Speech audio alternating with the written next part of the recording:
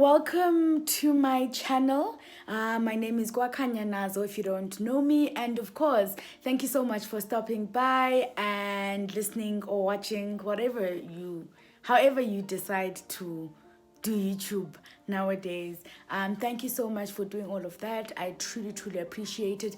Please do not forget to hit the subscribe button, and if you do enjoy this video, please give it a massive thumbs up.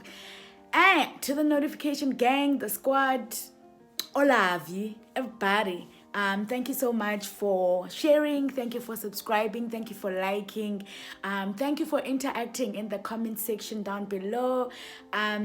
This channel is what it is because of your efforts. It is what it is because you just make it so worth the while to come back and do the things that are meant to be done. Without wasting any further time, I do want us to get into today's video. But you know what? I think I need to apologize. During the week, guys, I recorded a video. And I was just talking. Editor, I just realized that the video was actually like super long. I couldn't cut the video in some parts. Some parts of the story were actually very necessary. Some parts of it couldn't just be left hanging. So I was just like, maybe I need to record the video again and try and just compress everything.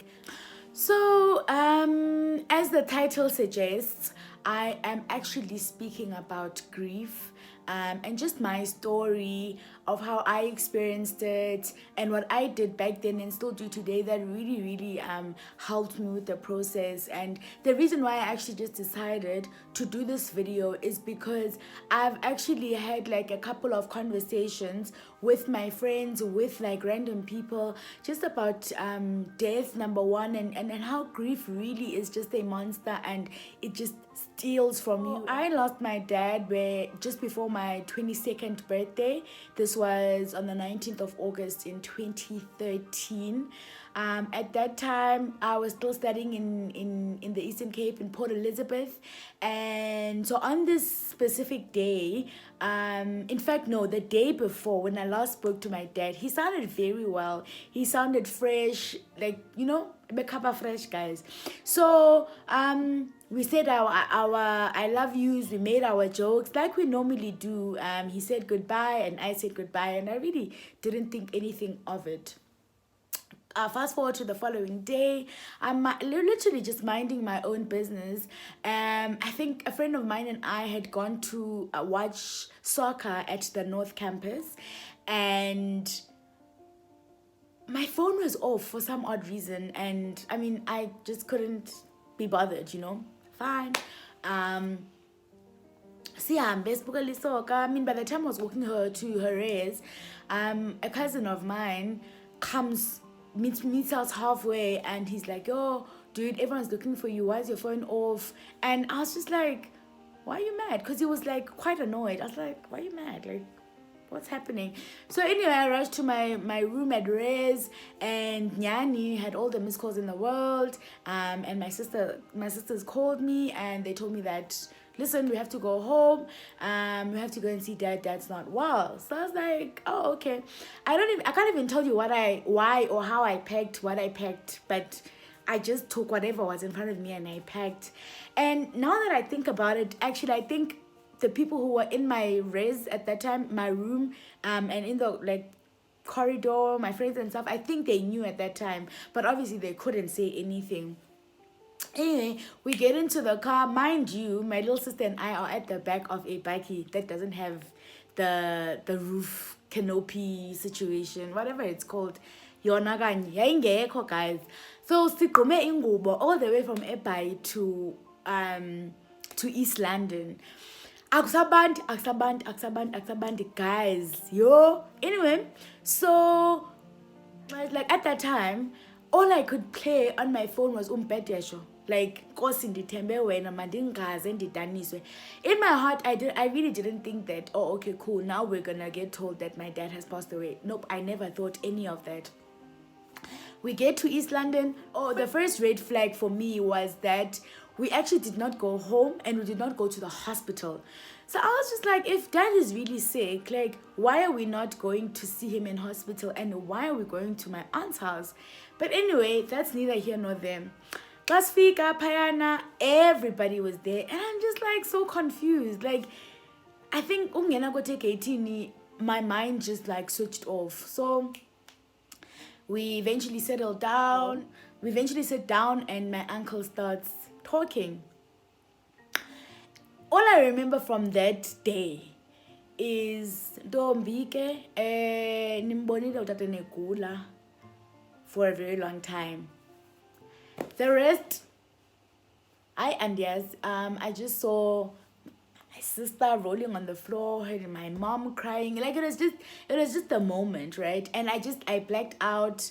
I don't know what happened. All I knew in that moment was that I was shattered. My world just came crashing in on me.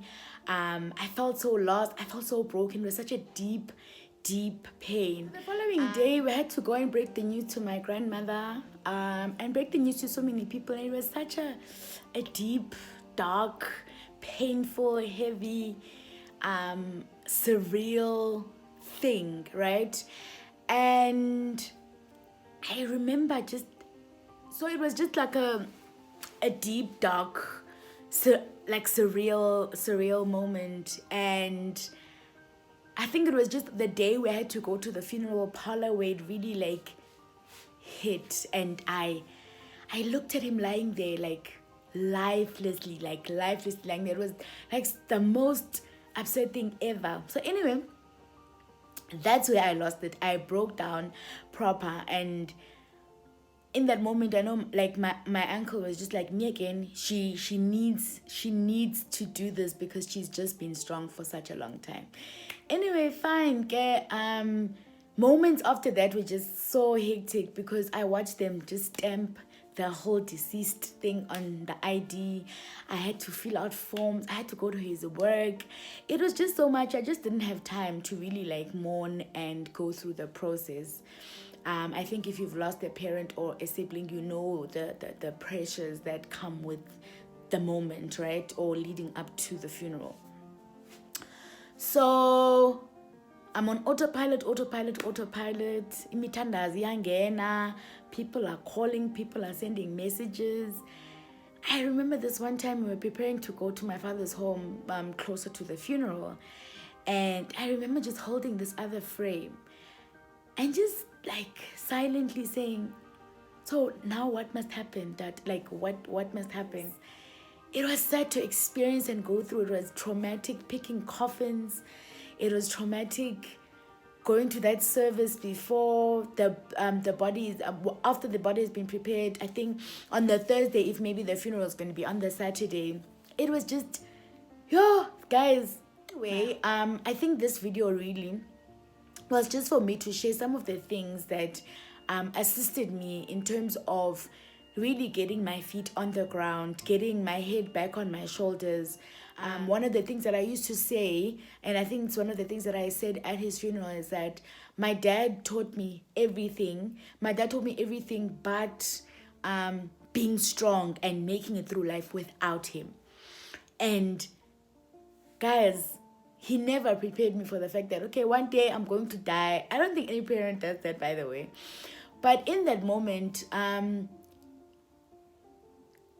counseling helped. Although I must confess that I actually, like, immediately after the funeral, when I got back to varsity, I actually ran to student counseling because I needed help. But because I had not yet processed, or like my soul and my insides had not yet connected in terms of what had just happened. I think it was still trauma. I was still shocked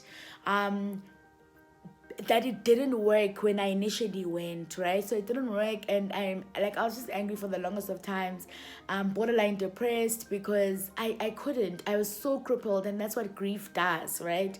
I was so crippled, and So I allowed myself to go through. So I journaled a lot. And I went back to that same God that had offended me. I went back to the same God that had hurt me, that had stolen from me. And I became so real and so vulnerable and so raw and so naked about my brokenness and how much it hurts. That helped me a lot. The fact that I had friends that I could reach out to on days I didn't feel like getting out of bed, on days I didn't feel like showing up for my life, I knew I could tell someone and we talk through it, and then I conjure up the energy. There were moments where I spent life alone in my raised room in the dark, curtains closed, you know. If I ran out of food, it was what it was. It was just, I was so scared. I was in pain. Even when doing assignments, the one person that I used to call and who used to encourage and motivate me was no longer there, and he couldn't do it. So in that moment, I had to go back to God. I had to be so real and allow him in, and not believe that he's a God that takes, because initially that's what I thought of God, to say, okay, cool. So you're the guy that just takes, and you're the guy that's committed to making us feel like just an unexplainable pain, just a pain that is unmatched. Guys, it was just unmatched, that pain. But I realized that through speaking to people, through journaling, through allowing God to do a work in my heart, through allowing him in, I got to realize that in fact he wasn't that God that takes. He wasn't that God that really is committed to just us feeling pain and us being miserable. I got to know a God who was a restorer. I got to know a God who was a redeemer. I got to know God as God the Father. I got to know God as a friend. I had to find a place of comfort in God, because I could have found comfort in other things, you know. And I could have just been that girl who's just like, you know what, this Christianity thing is not working, God is not working, God is not real. But it was in the moments of pain that I experienced God in his fullness, that I experienced God the healer, that I experienced the God that is able to get to a place in my heart that no person can ever get to. A God who's able to get to the deep, dark corners of my heart. A God who's not mad at the fact that you're angry. A God who can take your anger. A God who can take your pain. And so that's the journey that I've been on, and it's been the longest 6 years of my life. But it's just, I think along the years, I've really just experienced so much of God's provision, and not just materialistically. God's provision in terms of the support structure that he's put in place, having such a supportive family from mom's side and from dad's side, having uncles that really just stood in the gap from the word, I think from even when my dad was still sick. So it's just been so beautiful. It's just been like a lot of things. I'm just grateful that I had the friends that I had the people around me. I'm so grateful that I got into the habit of writing down my thoughts and being so real, and not like try and over spiritualize what I was going through. I allowed myself to feel what I feel. Even years later, I still sit and feel whatever it is that I want to feel, and be okay with the fact that that is what I'm feeling, and that's just that, you know. Does it get better with time? It really doesn't. It really doesn't. You just get used to the fact that this person is no longer around. You might not really remember what their voice sounds like, what their laugh sounds like, their scent and stuff like that. But guys, don't bury your pain. If you are grieving, if you've lost a parent, if you don't know how to move past the point of it hurts, don't bury that pain. Go to God with your pain. Go to God with the rawness of what you're feeling. Watch him really turn your mourning into joy, as well as your ashes into beauty. Grief is a monster, guys. Grief is a monster.